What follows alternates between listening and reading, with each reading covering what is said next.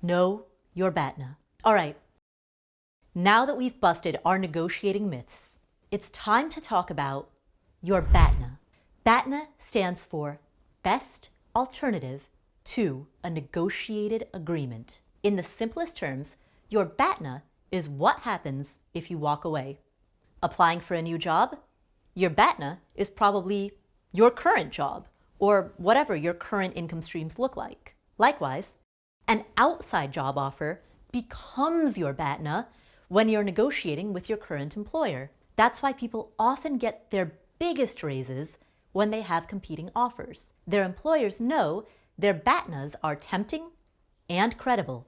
Are you selling a bike? Well, your BATNA is your second best offer. If you took my real estate investing class, your first rental property, we talked about BATNAs without using the word BATNA. Do you remember when I compared a real estate investment to an average index fund return? In that case, the index fund is the BATNA. That's where your money is going if you don't buy real estate. Now, you've probably thought about your BATNA without calling it a BATNA. Maybe you've waited to buy or sell a home in hopes that interest rates would fall. In that case, your BATNA is just your current living situation. Now, here's where it gets more complicated. Imagine that you're a freelancer thinking about taking on a once-a-week gig. Maybe you're a painter and you sell paintings periodically for anywhere between $500 and $5,000. Your income is unpredictable. You're thinking about accepting a bartending job where you'll reliably bring home $300 a night once a week. What's your BATNA? Well, your BATNA is the status quo. That is, whatever your situation looks like without this gig. Maybe you have some incredible months where this gig would represent an opportunity cost. That means you might have to pass on an art fair where you could potentially sell some work because you have to be at your bartending job that day. But maybe you also have some terrible months where this gig would help you make the rent. Is it worth it to take the bartending gig knowing it might help sometimes and it might also hurt sometimes? It might cost you an opportunity here and there. Well, that's up to you. You're really going to have to interrogate your BATNA.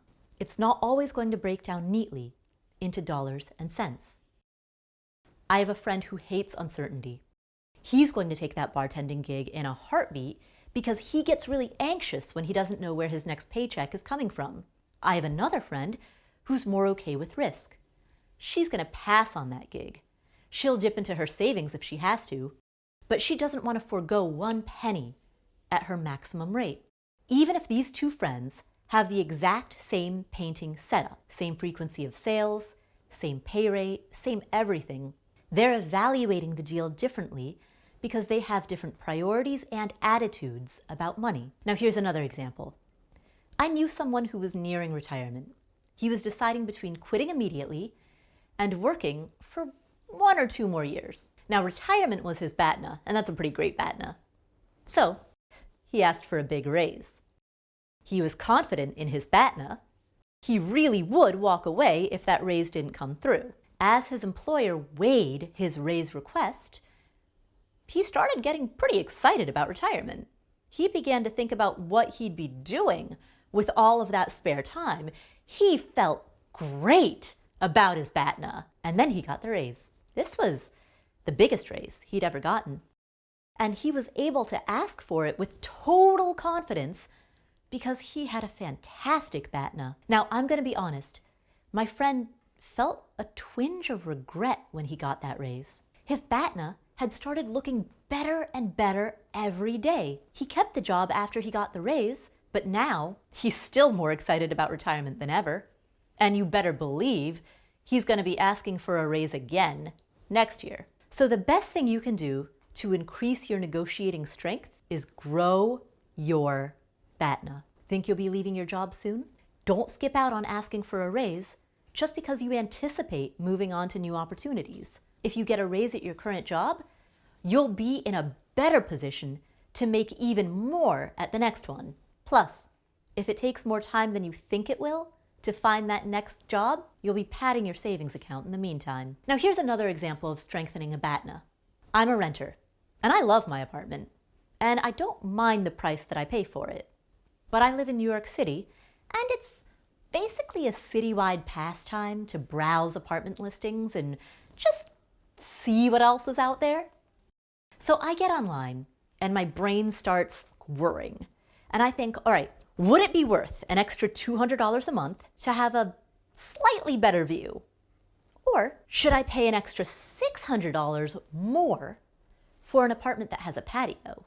Now, you know how this goes, right? Pretty soon, I'm at an open house touring a unit that costs triple what I currently pay.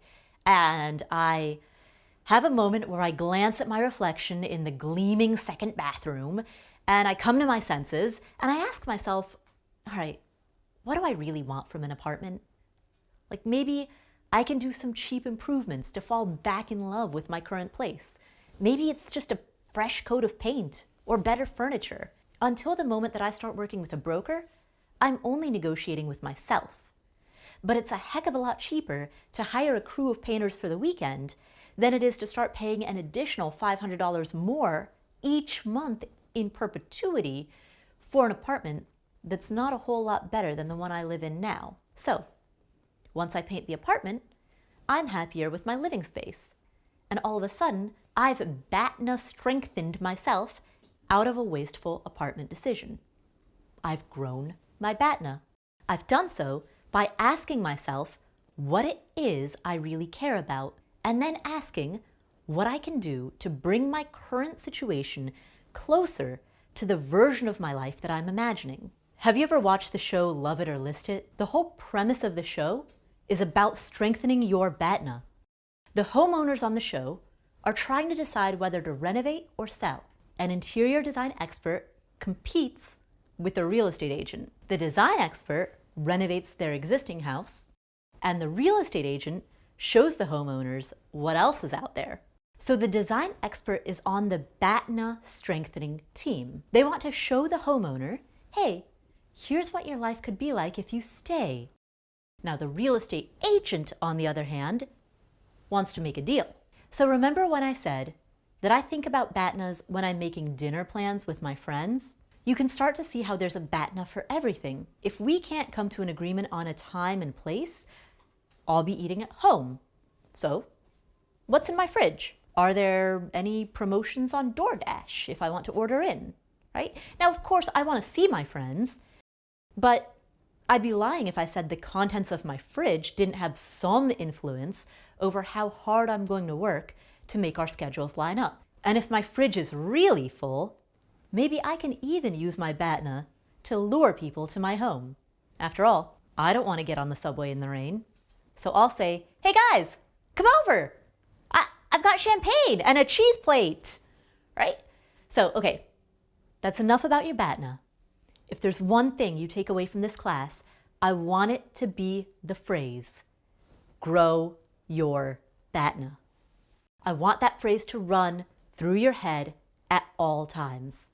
I want you to be strengthening your BATNA even when you aren't in the midst of tough negotiations. Now, what about your negotiating partner's BATNA? This is trickier. If you can figure out their BATNA, you have a stronger sense of where the two of you might meet. Does your future employer have 1,000 other job applicants? Well, if so, chances are they're feeling pretty good about their BATNA. Has that house sat on the market for 7 months? You can bet those sellers are not entertaining many competing offers. These little insights can help you scope the size of the ground between you and your negotiating partner. Maybe the house that's been on the market for ages is out of your price range, but you know the seller might entertain an offer for a bit under asking. Your BATNA investigation is already paying off. Now, how can you figure out a BATNA in times of uncertainty? Well, let's go back to the bartender-painter example. Let's say the painter has had an interview with a client who's looking to commission a huge mural. The client would pay $10,000. The painter knows the client is interviewing 2 other people, but the painter also knows the mural would be a full-time gig. It would take 3 months or 12 weeks. So that painter would be missing out on that steady $300 weekly bartending pay for at least 12 weeks. Now, how should the painter-bartender weigh the bar job against the mural potential? There's a little calculation called expected value that can help with this. Expected value is pretty simple. It's just the payoff of the situation multiplied by the likelihood the situation will occur. So in this example, let's say the painter is 100% certain she has the bartending job if she wants it. The expected value of 12 weeks of bartending is 12 times 300, or $3,600. Now that part is easy, but how should she think about the mural opportunity? Now, for simplicity, let's assume that she would be equally happy with both outcomes, and neither the mural nor the bartending gig will result in intangible value, such as prestige or networking opportunities. In other words, she's only concerned with the money. The expected value calculation tells us that $10,000 times a 33% likelihood, which is 0.33, equals $3,300. The expected value of the mural opportunity is less than the expected value of the bartending gig. If she's only concerned about money, she'll take the bartending gig. Now, let's say she learns that one of the other painters interviewing for the mural gig has declined the offer, which means she's one of 2 candidates. Now, there's a 50-50 chance she'll get the gig. Her expected value calculation, therefore, changes.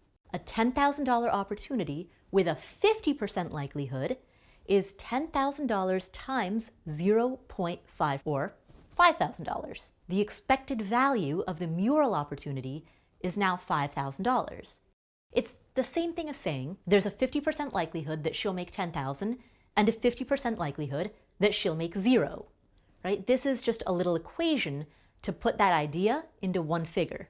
Expected value is a decision-making aid in times of uncertainty. Of course, our painter is going to base her decision on a variety of factors, but this little 2-second calculation has been helpful for me more times than I can count. Here's another example in which expected value came in handy. For a while, I had a friend who was working as a freelancer and applying for jobs at the same time. Now, she's a writer, and she only had so many hours in the day. Let's say her options were to spend an hour writing a freelance pitch, or to spend that same hour filling out a job application and writing a cover letter. She regularly works with a handful of editors. They accept her pitches about 40% of the time, and the median value of a piece she writes is around $1,500. She has no idea how many applicants are applying to the jobs that she's also applying to. She does a rough calculation and figures she has about a 1% chance of getting any job that she spends an hour applying to. For simplicity's sake, she calculates the payout of a job offer as 1 year's salary. So let's say the job pays $70,000. She's trying to figure out how to spend her morning. Does she apply to a job, or does she write a pitch? If she spends 1 hour pitching a freelance piece with a potential return of $1,500 and a 40% chance of success, her expected value calculation is $1,500 times 0.4, which is $600. If she spends 1 hour writing a cover letter for a job that pays $70,000 and she has a 1% chance of success, the expected value calculation is $70,000 times 0.01, which is $700. With this calculation, she should spend the time on the job app. Now, of course, real life is more complicated. She may value a smaller paycheck that will arrive in 3 weeks over a larger paycheck that starts arriving in a few months. Or, if her freelance pitch is rejected, she might be able to repurpose it elsewhere.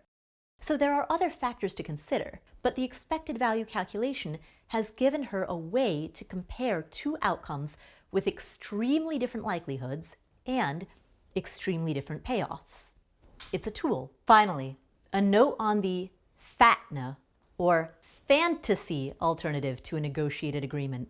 sometimes also known as a fake alternative to a negotiated agreement. And this is also known as magical thinking. If you make $300 a month on your side hustle, but your projections show you will be making $3,000 a month a year from now, your BATNA is 300. Your FATNA is 3,000. Now, I sincerely hope that you'll get to the $3,000 number, but for the purpose of negotiations, the $3,000 is just fantasy for now. The same is true for the house you've been admiring down the block. Your neighbor says they'll put it on the market in 6 months, but even if you're thinking about buying it in the future, it's a FATNA for now.